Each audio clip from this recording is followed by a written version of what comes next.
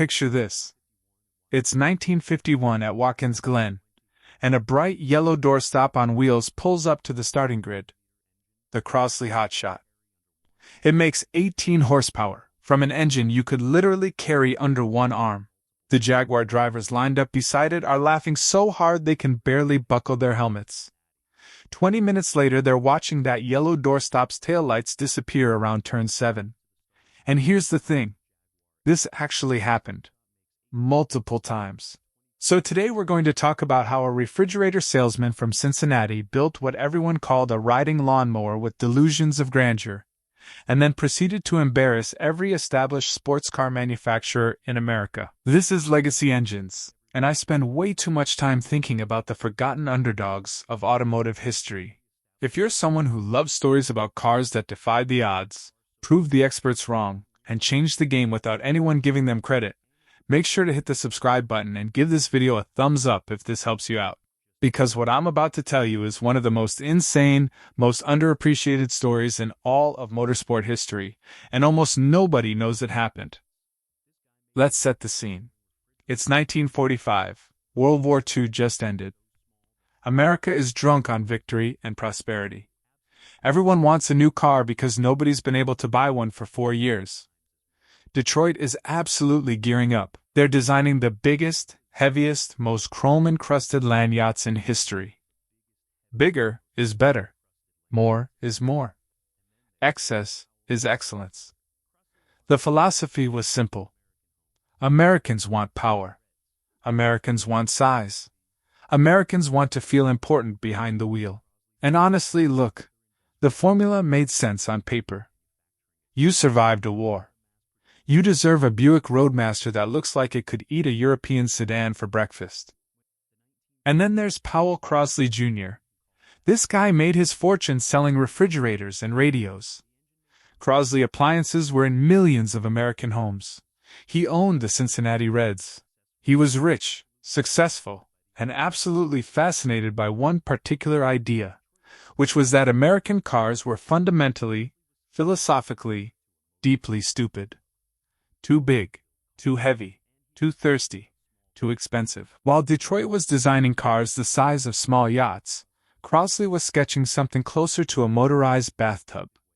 Here's what made Crosley different from every other industrialist who thought they could disrupt the car business. He actually understood manufacturing at scale. He knew how to mass-produce complex products cheaply. He'd been thinking about small cars since the 1930s. Even building a few modest prototypes before the war interrupted everything. When peacetime manufacturing resumed, he was ready with a vision that nobody asked for and everybody dismissed. The 1946 Crosley sedan was, let's be charitable here, spectacularly terrible in all the expected ways. Tiny, underpowered, uncomfortable. It looked like someone had put a car body on a roller skate. The engine made 26 horsepower. Which sounds bad until you realize that was actually pretty respectable for what amounted to an enlarged motorcycle engine wearing a suit. The whole car weighed 1,200 pounds. Detroit ignored it completely. They were busy building Cadillac Series 62s and Chrysler Imperials. Real cars for real Americans. The Crosley was a curiosity. Maybe a second car for running errands. A novelty item. A punchline. Ford executives probably used photos of it for dart practice on Friday afternoons. But Crosley wasn't stupid.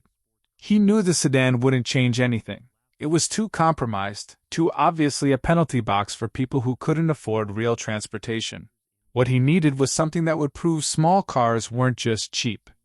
They could be genuinely, legitimately, embarrassingly fast. He needed a sports car. And in 1949 he built one. The Crosley Hotshot arrived in 1949, and this is where the story starts getting really interesting. While the sedan had been designed for economy, the Hotshot was designed for exactly one thing: going fast. Now, I need you to hold this number in your mind for a second. 18 horsepower. That's what the Hotshot made. Let that sink in. A modern riding lawnmower makes more power than this. The Hotshot was attempting to be a legitimate sports car with less horsepower than the electric motor in some people's garage door openers. Automotive journalists in 1949 were not subtle about their opinions. Road and Track called it a motorized ironing board. One reviewer said driving it felt like piloting a go-kart in a hurricane. Another described the engine note as a very angry sewing machine having an argument with a blender. These were not compliments. The specifications were, and I'm being generous here, genuinely hilarious. The engine was a 724 cubic centimeter inline-four with overhead cams. Now, overhead cams in 1949 was actually pretty technically advanced. The problem was the displacement. 724 cubic centimeters. For context, a modern motorcycle has a bigger engine than that. Harley-Davidson was selling bikes with more displacement in 1949. The engine was called the CBA, which stood for Cast Iron Block Assembly. Crosley's original engines had used blocks made from stamped sheet metal brazed together, which was innovative in the same way that building a house from aluminum foil is innovative. Technically possible. Maybe not wise. The CBA used actual cast iron, which added a few pounds but prevented the whole thing from shaking itself into a pile of very small components. 18 horsepower at 5,400 revolutions per minute. That was the ceiling.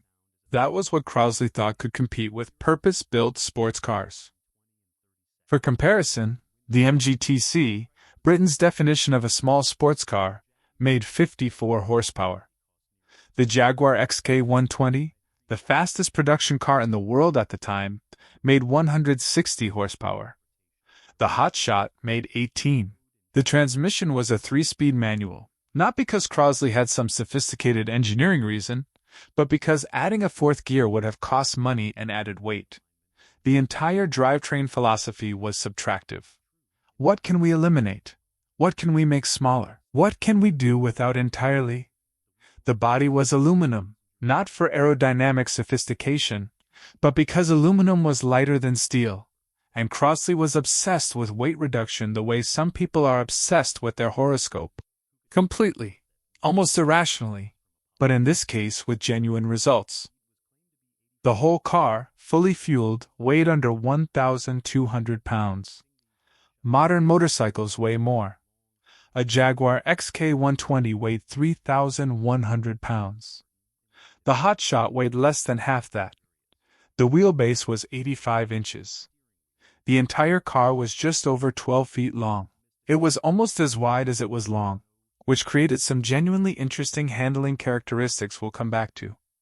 The suspension was adapted from Crosley's economy sedan, which had been adapted from technology nobody else wanted. But here's what nobody at Crosley understood yet.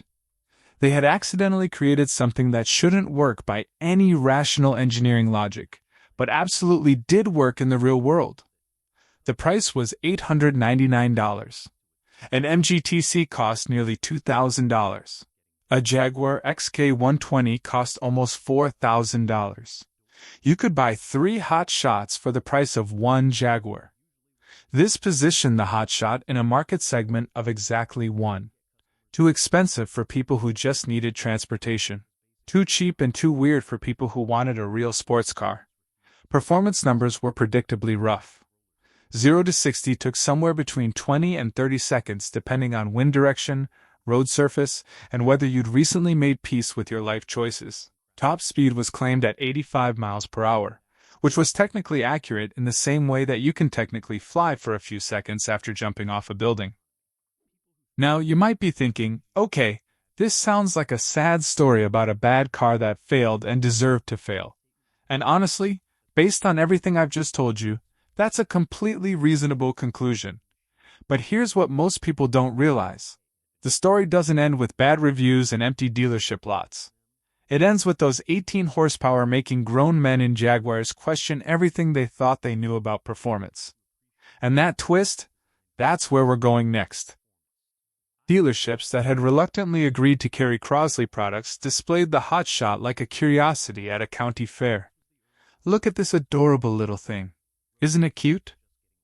Now, do you want to see a real car? The Hotshot would sit in the corner of the showroom, sometimes literally with balloons tied to it like it was a prize at a carnival booth.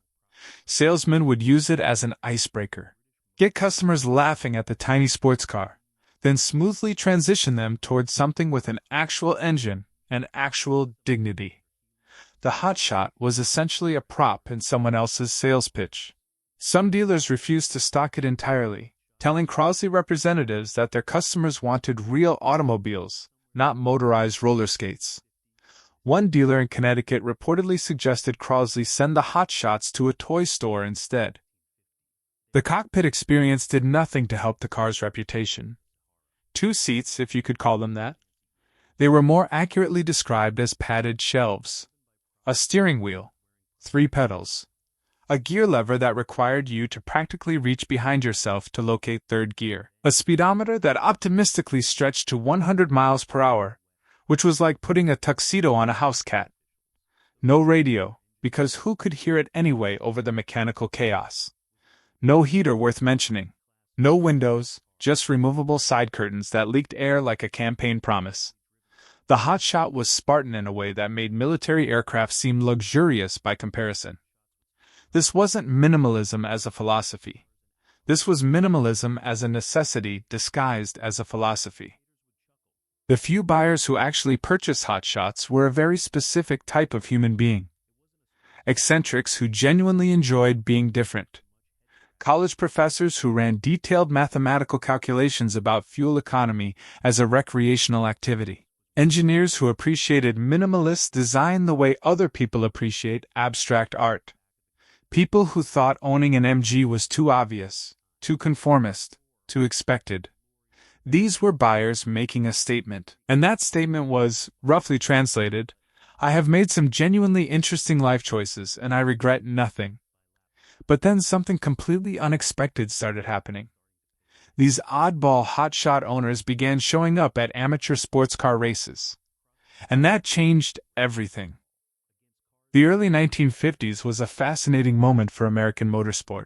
The Sports Car Club of America had been founded in 1944 by wealthy enthusiasts who'd fallen in love with European sports cars during the war, and wanted somewhere to drive them fast without involving law enforcement.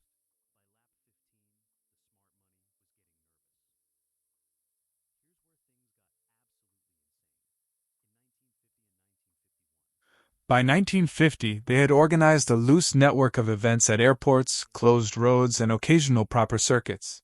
The typical SCCA race looked like someone had transported a British motor show to America. MGs everywhere, their drivers wearing leather helmets and goggles as if crossing the Sahara.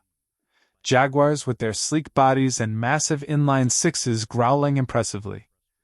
A few Porsches if you were at a fancy East Coast event. Maybe some Allards or Healys if serious money had shown up. These were proper sports cars driven by proper gentlemen. Pressed shirts, silk scarves, the whole theatrical performance. It was organized, civilized, and very British in character and attitude. And then the Crosley Hotshots started appearing at these events like uninvited relatives at a formal dinner party. The first Hotshot to show up at an SCCA event caused genuine confusion among race officials. They literally didn't know what to do with it. It wasn't a sports car in the traditional sense. Those had proper engines and looked purposeful. It definitely wasn't a sedan. Was it even a car?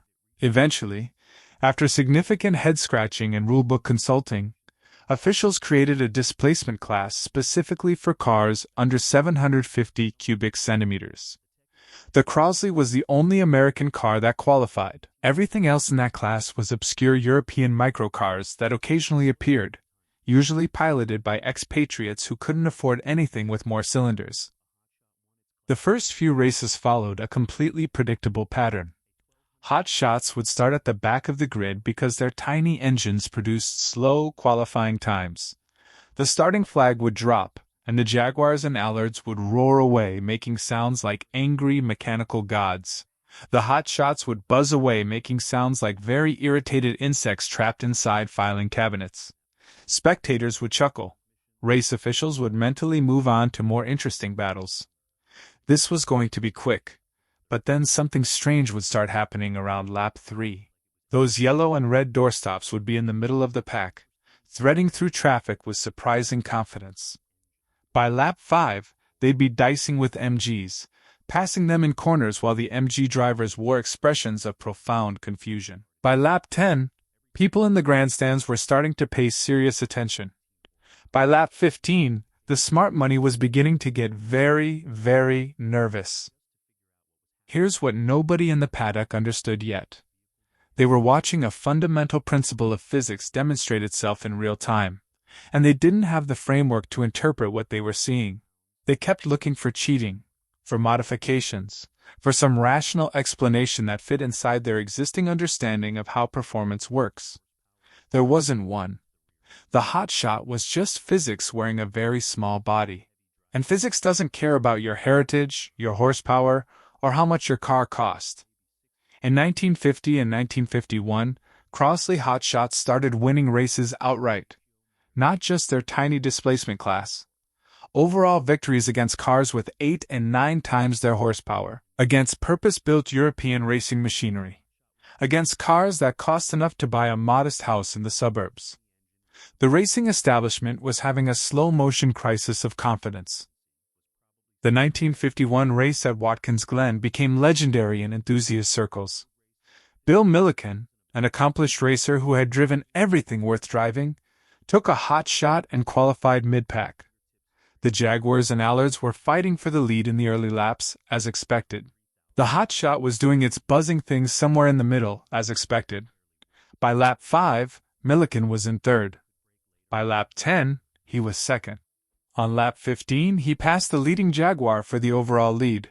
Not because the Jaguar broke, not because of a driving error, but because he simply drove around the outside of a corner and disappeared into the distance. The Jaguar driver, who had raced in Europe and believed he understood sports cars comprehensively, finished second and immediately demanded a technical inspection of the Crosley.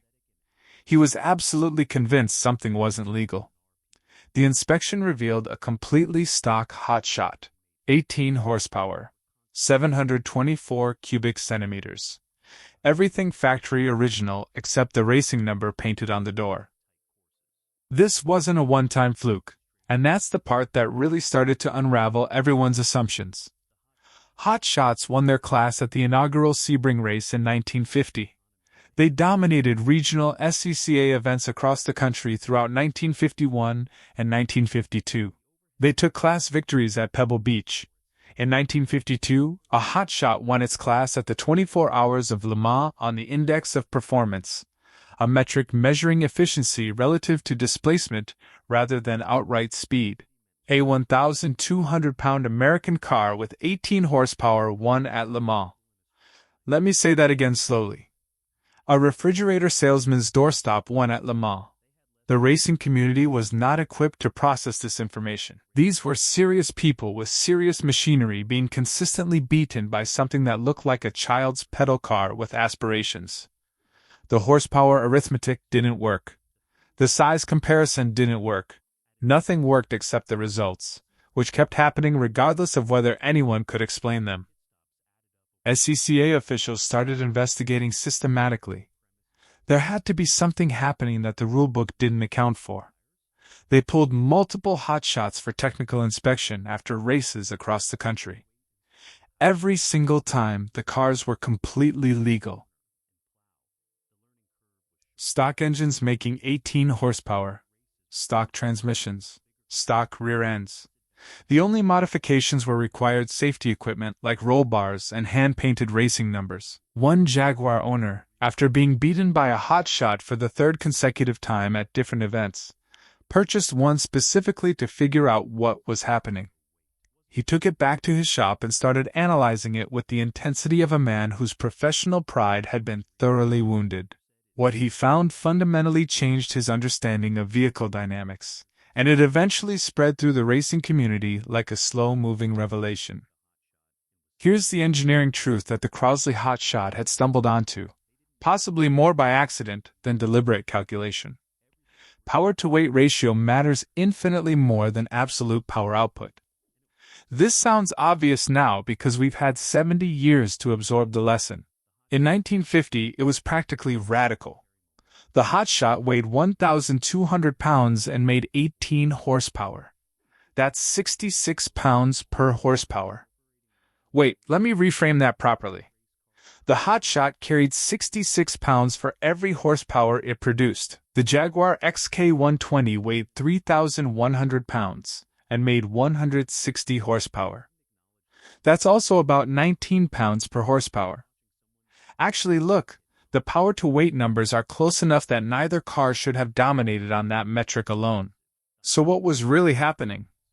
This is where it gets really interesting, because the real advantage wasn't just weight. It was mechanical efficiency, tire behavior, brake performance, and something almost philosophical about how a very light car teaches you to drive. The Hotshot's tiny engine and minimal drivetrain meant that a much higher percentage of its 18 horsepower actually reached the rear wheels. The Jaguar's magnificent inline-six was dragging around a massive, heavy drivetrain that consumed significant power just moving its own components. The Hotshot's mechanical efficiency was probably in the range of 75 to 80%. The Jaguar's was realistically closer to 60%. That gap matters more than the raw numbers suggest. The real magic was happening in the corners, and road racing in the 1950s was fundamentally a cornering exercise. Courses were tight and technical. Watkins Glen, Sebring, Pebble Beach, these weren't drag strips. They were circuits that rewarded precision, momentum management, and the ability to change direction quickly. The Hotshot's short wheelbase and minimal mass meant it could change direction with an immediacy that felt almost telepathic to drivers accustomed to heavier machinery. While Jaguar drivers were wrestling 3,100 pounds of British engineering through corner sequences, losing speed, fighting the car's momentum, and praying their brakes would survive the afternoon, Hotshot drivers were flicking their little machines from apex to apex with steering inputs that would look gentle on a bicycle. The brakes tell the entire story in concentrated form. The Jaguar needed substantial drum brakes to decelerate 30,100 pounds from genuine speed. Those brakes would overheat and fade during hard racing, which happened in virtually every competitive event.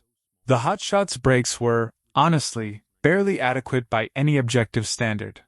They were small, simple drum units adapted from Crosley's economy sedan. But they didn't need to be more than adequate because 1,200 pounds doesn't require much persuasion to slow down. Hotshot drivers could brake later than the Jaguars, harder than seemed rational, and arrive at corners with more speed, then exit with better acceleration because they were carrying less weight out of every turn. The compounding advantage over 15 or 20 laps was enormous. The SCCA engine, while pathetically small in absolute displacement terms, was actually beautifully suited to road racing in ways nobody had fully appreciated before the races started proving it. It revved willingly to 6,000 revolutions per minute without drama or complaint. The overhead cam design gave it good breathing characteristics for its size. The tiny displacement meant it generated almost no heat under racing conditions, so it never overheated even during long endurance events. Meanwhile, Jaguars were regularly pulling into pits with cooling issues, losing positions, losing time, losing races. Now, you might be thinking the 3-speed transmission seems like a disadvantage in a racing context, and based on conventional thinking, you'd be right to question it. But here's what most people don't realize.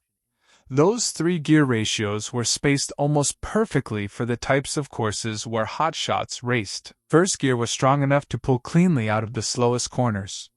Third gear was tall enough to reach and maintain whatever straight-line speed the Hotshot could muster. There was no wasted gear, no awkward ratio that forced compromise. The simplicity meant less mechanical complexity to fail, less weight rotating through the drivetrain, fewer decisions for a driver to make under pressure. The handling was genuinely bizarre by conventional standards but astonishingly effective in practice.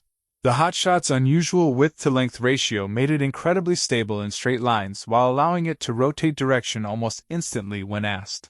The suspension, borrowed and adapted from economy car technology nobody else wanted, happened to keep the tiny tires loaded correctly through corners in a way that maximized their limited grip. Drivers who campaigned hotshots consistently reported something unexpected and almost poetic. The car talked to them in a way expensive sports cars didn't.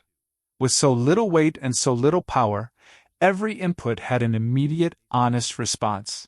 You could feel exactly what the tires were doing. You could sense the limit approaching long before you reached it. Where a Jaguar driver might overdrive into a corner, overwhelm the front tires, and push helplessly off the line, a hotshot driver received constant, clear communication from the car about where the edges were. The learning curve was shorter. The margin for error was larger than the car's fragile appearance suggested. Phil Hill, who would later become America's first Formula One world champion, drove a hotshot early in his career. He said afterward that it taught him more about vehicle dynamics than any other car he'd driven. The hotshot's limitations, its complete inability to muscle through problems with power, forced absolute smoothness, forced carrying momentum, forced thinking 3 corners ahead. Master a hotshot and you could genuinely drive anything, because you'd learn to drive with your brain rather than your right foot. Briggs Cunningham, who ran America's most serious and sophisticated sports car racing effort during that era, tested a hotshot and came away genuinely astonished. He couldn't believe something so small and weak could be so consistently quick on a road course. He immediately started incorporating lightweight philosophy into his own race car designs.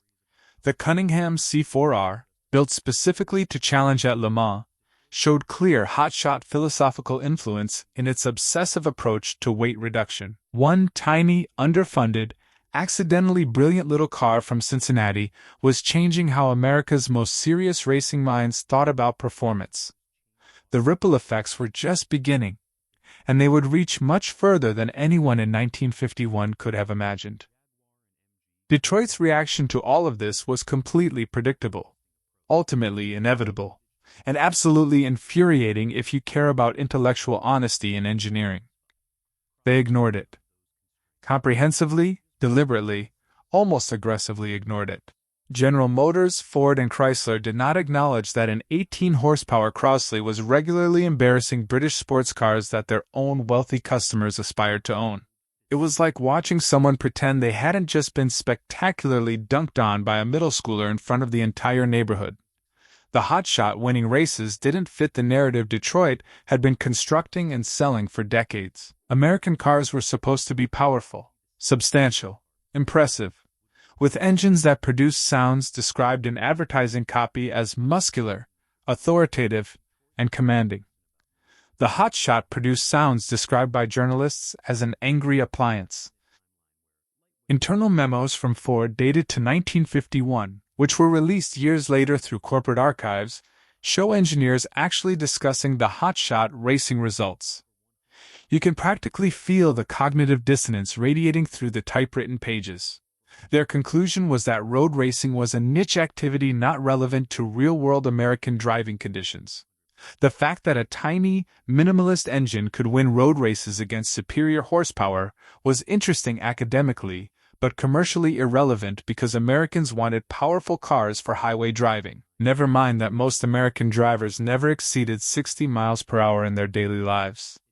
Never mind that the hotshot was proving fundamental principles about vehicle dynamics that applied to every car on every road.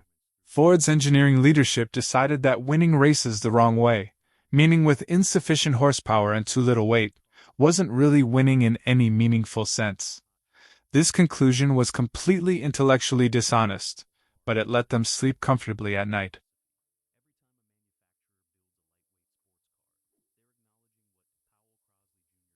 Chevrolet's response was marginally more sophisticated, which is similar to saying one particular dinosaur was slightly smarter than the others immediately before the meteor arrived. Chevrolet engineers actually studied the hotshot seriously and quietly. They bought examples, disassembled them methodically, ran calculations, and started thinking seriously about power-to-weight ratios and what it meant philosophically that something so small could be so competitive. This thinking contributed in some measure to early Corvette development. The first 1953 Corvette was actually relatively light by inflated American standards at approximately 2,800 pounds. But even the Corvette made 150 horsepower from its Blue Flame straight six. The real lesson from the Hotshot, the minimalist philosophy that demonstrated less could genuinely be more, was studied, acknowledged internally, then promptly set aside because selling Americans on automotive minimalism was approximately as promising as selling winter clothing to people who lived on the sun. Meanwhile, Powell Crosley Jr. absolutely loved the racing success and leveraged it with everything he had. He plastered it across advertisements with the enthusiasm of a man who knows he's right and desperately wants the world to agree. Full-page ads in enthusiast magazines showed photographs of hotshots beating Jaguars with headlines screaming about giant killers and David versus Goliath. Press releases went to every newspaper and trade publication that would accept them. Look what we did! Look at what's possible when you stop accepting the conventional wisdom about what a performance car needs to be. The enthusiasm was genuine, the results were legitimate, and the American car-buying public responded with almost complete indifference. They truly, genuinely, deeply did not care. They didn't want an 18-horsepower sports car regardless of its racing record. They wanted something that felt substantial when you closed the door, that deep, satisfying thunk that signals quality and importance. They wanted engine sounds that made neighbors look up from their Saturday lawn maintenance. They wanted something that commanded respect at the country club, that communicated success through size and chrome and the sheer physical presence of mass. The hotshot racing victories, as numerous and legitimate and historically significant as they were, didn't translate to retail sales in any measurable way. Not even slightly. Production of the Hotshot ended in 1952 after just 3 model years. Total production across the entire run was approximately 2,000 units. For a car that was actively rewriting the rulebook on sports car performance, that number is somewhere between sad and genuinely tragic. Crosley Motors itself folded in 1952, the entire company disappearing from American automotive history with the kind of quiet finality that feels almost deliberate in retrospect. The American public had spoken decisively, and what they said was that they wanted big cars that made them feel important and successful, and they wanted them immediately, and they didn't want to hear philosophical arguments about efficiency and physics while they were enjoying their prosperity. The racing hotshots continued appearing at events briefly after production ended because the cars were suddenly very cheap to acquire used, sometimes essentially given away by dealers who had never successfully moved them when new. Amateur racers recognized a competitive bargain and kept campaigning them through the mid-1950s. They kept winning in their displacement class. They kept frustrating owners of expensive European machinery who understood the physics intellectually but found it emotionally difficult to accept. And then slowly, with the inevitability of something that was never going to fit into the world that existed around it, they started disappearing. Most got crashed into trees or guardrails by enthusiastic drivers operating at the absolute limit of traction on narrow roads. Some were parted out when engines finally reached the end of their service life. Many were simply scrapped as worthless oddities that nobody in their right mind would want to restore or preserve.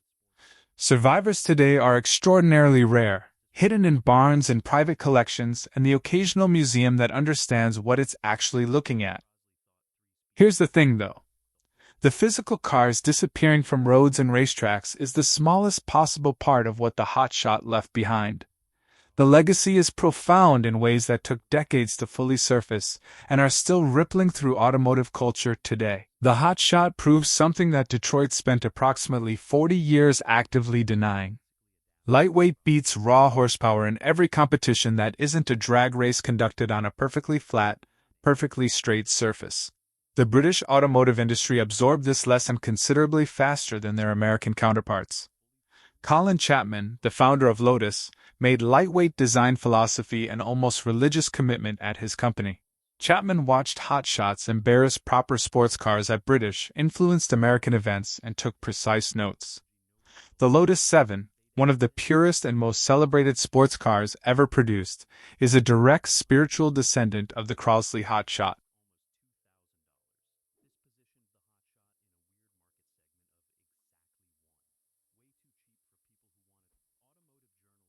The engineering lineage is unmistakable to anyone who understands both cars. The Japanese automotive industry learned the lesson too, and learned it in ways that would eventually reshape global automotive culture. When Honda and Mazda began building sports cars seriously in the 1960s and 1970s, their engineers studied the lightweight philosophy with the same systematic attention they applied to everything. The original Mazda MX-5 Miata, which single-handedly revived the entire lightweight sports car genre in 1989 and proceeded to become the best-selling sports car in automotive history according to Guinness World Records, could trace its fundamental philosophical lineage back to a rusty yellow doorstop buzzing around Watkins Glen in 1951. The Miata's chief engineer Shunji Tanaka specifically referenced lightweight design philosophy as central to the car's conception. He probably didn't cite the Crosley Hotshot by name, but the intellectual chain of influence runs directly from Cincinnati through British racing thinking and Japanese engineering discipline to the car that defined what an affordable sports car should be for an entire generation.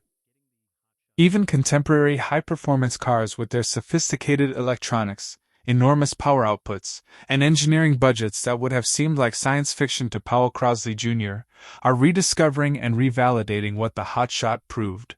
Porsche's Boxster and Cayman remain the most driver-focused products in their entire lineup precisely because they're lighter than the flagship 911. Alfa Romeo built the 4C with a carbon fiber monocoque specifically to minimize weight despite the budget increases that technology required. Lotus's entire product philosophy, across every model they've ever produced, is essentially a continuous refinement of the argument the Hotshot made in 1949. These cars aren't recapturing the Hotshot accidentally. They're acknowledging, often explicitly, what lightweight philosophy achieves that raw power cannot. The power-to-weight obsession that dominates modern performance car discussions, where enthusiasts calculate pounds per horsepower the way some people calculate astrological compatibility. That conversation started specifically with racers in the early 1950s trying to figure out how a Hotshot was so consistently quick. Before the Hotshot demonstrated it on actual racetracks against actual competition, power-to-weight ratio was an academic calculation that appeared in engineering textbooks. The Hotshot made it the most practically important metric in performance car evaluation. Every magazine comparison test, every online forum debate, every YouTube argument about which car is faster involves this calculation that a Cincinnati refrigerator salesman accidentally made unavoidable. Think about the broader lesson here, because it extends well beyond automotive engineering and into something almost universally applicable. An appliance manufacturer with no automotive heritage, no racing program, no team of specialist engineers, no decades of sports car development experience built a sports car with an absurdly small engine that the entire industry mocked openly and enthusiastically. Then it went racing against the best sports cars from companies with enormous heritage and decades of hard-won knowledge.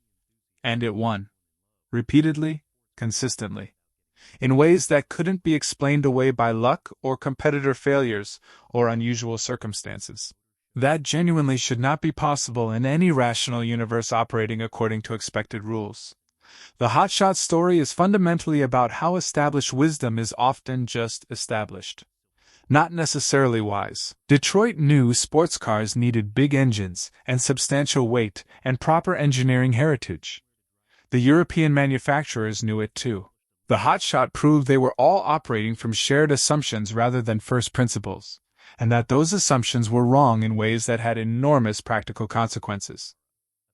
This is also a story about where innovation actually comes from. Jaguar couldn't build a Hotshot, not because their engineers lacked the capability, but because they were too invested in their existing approach to the problem.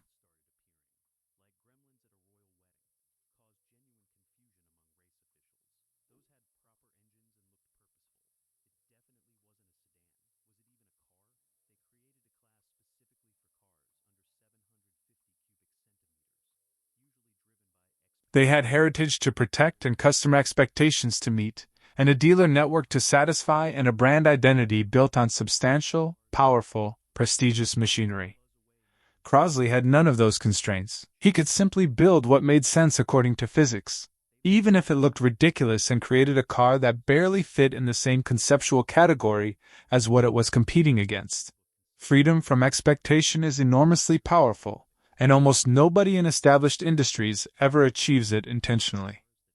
Crosley had it by default because nobody expected anything from him.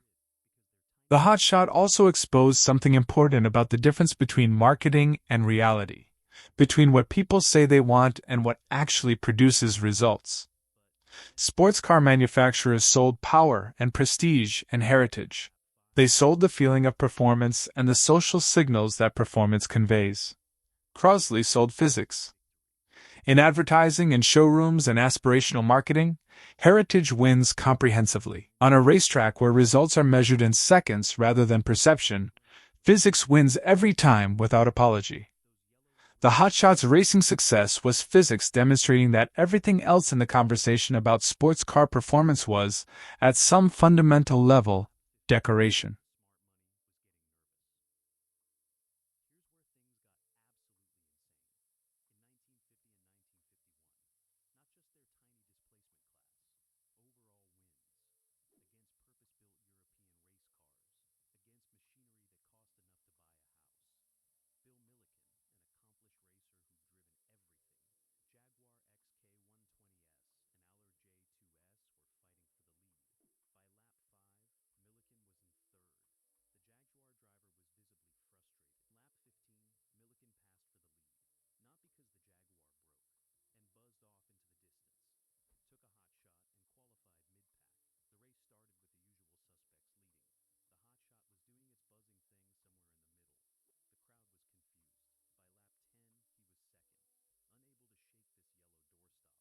Expensive, beautiful, emotionally satisfying decoration, but decoration nonetheless.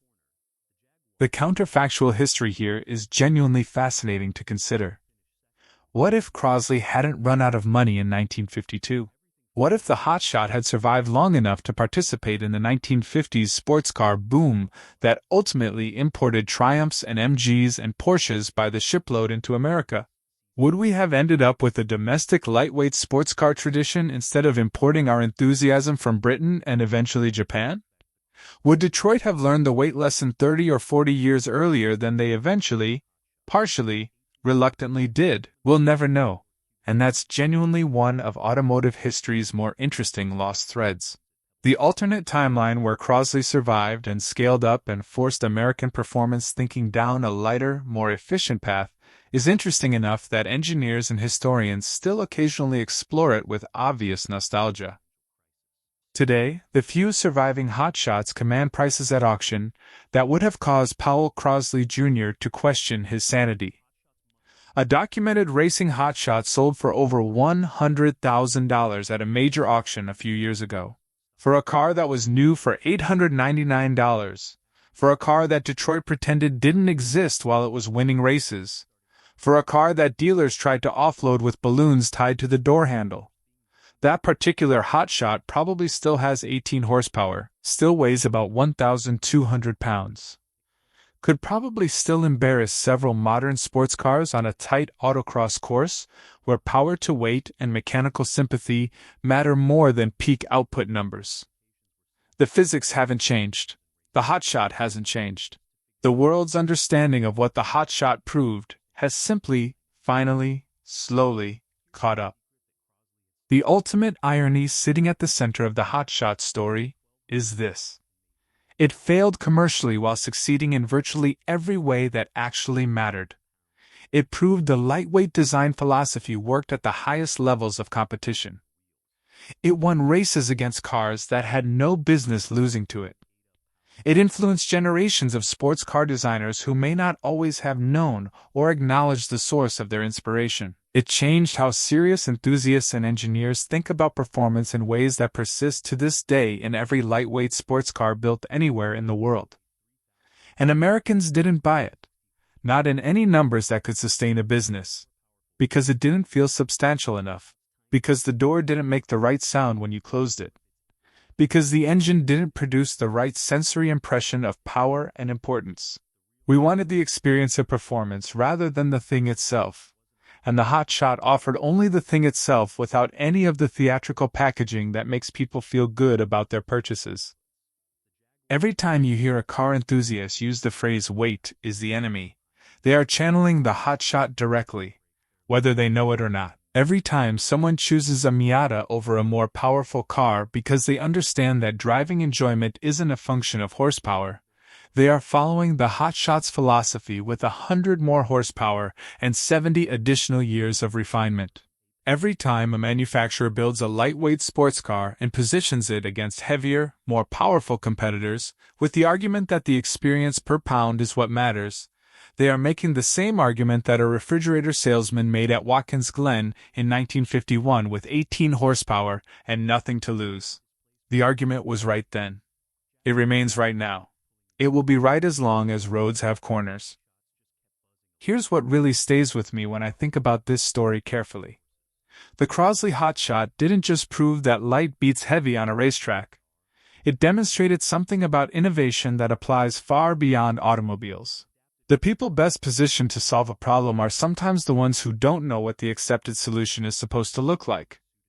Powell Crosley Jr. didn't know you couldn't win sports car races with 18 horsepower. He didn't know that serious racing machinery required serious displacement, and serious weight, and serious heritage. Nobody told him these things in a way that he was required to respect. So he built what made sense to him. And when it turned out to be faster than the conventional wisdom said it should be, the conventional wisdom had to either adapt or pretend it hadn't seen what it had clearly seen. Detroit chose to pretend. The rest of the world gradually adapted. The Crosley Hotshot also represents something important about how progress actually happens in any technical field.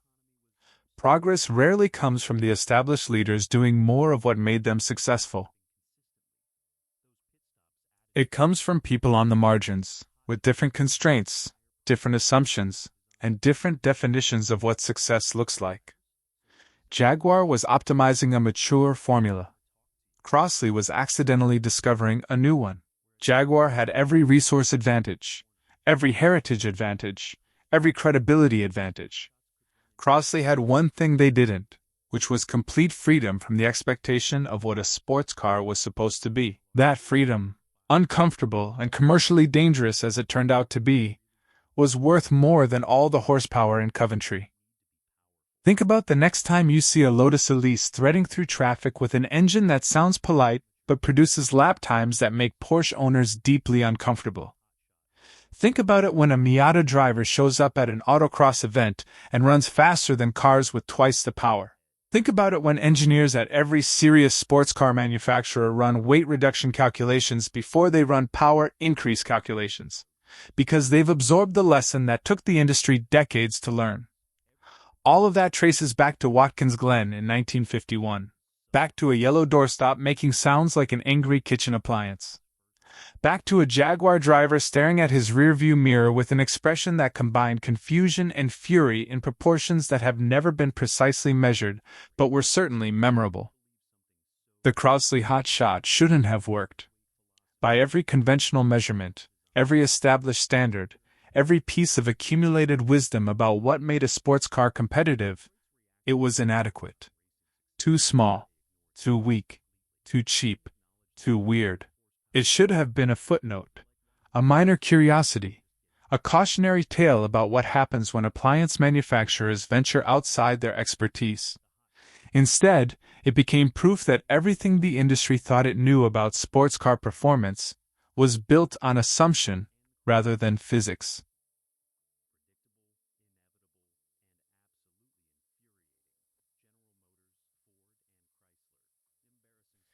In doing that, in proving that 18 horsepower in 1,200 pounds could beat 160 horsepower in 3,100 pounds on a road course, it changed automotive history more profoundly than most successful cars that sold in the millions and are remembered by everyone.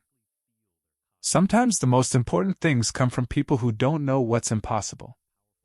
Crosley didn't know he couldn't compete with Jaguar, so he competed and won and changed everything, and went bankrupt anyway.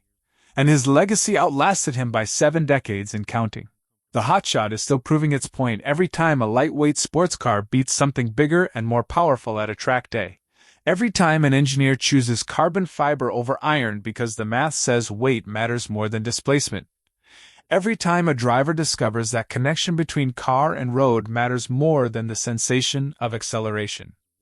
That yellow doorstop from Cincinnati is still making its argument. It was right in 1951.